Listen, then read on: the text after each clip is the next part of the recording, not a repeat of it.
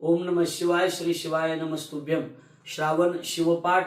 आज दिनांक 2/8/2025 वार शनिवार.